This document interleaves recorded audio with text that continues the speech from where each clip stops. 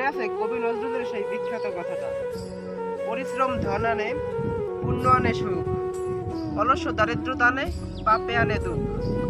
তবে এই একটি জিনিস দেখতে পাচ্ছেন, সূর্যমুখী ফুল, যার চারপাশে কোনো ফুল গাছ নেই।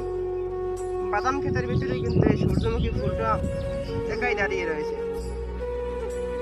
এই ফুল গাছ আসলে সৌন্দর্য জন্যই কিন্তু কৃষক চাষ করে। তবে এখানে দেখা গেছে এই সূর্যমুখী থেকে কিন্তু তৈল পাওয়া যায় আর কি।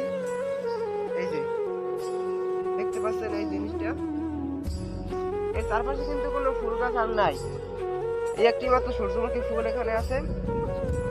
এখান থেকে বোঝা গেল যে আসলে মানুষ একা কখনো বৃদ্ধা যায় না, একা জীবনযাপন করা যায়। তো ফুল যেহেতু একা জীবনযাপন করতে পারছে, যেহেতু সে একটা ফুল, তার একটা সুবাস আছে, মানুষেরও ঠিক তেমনই একা বসবাস করার মানুষ চাইলে পারে আর কি।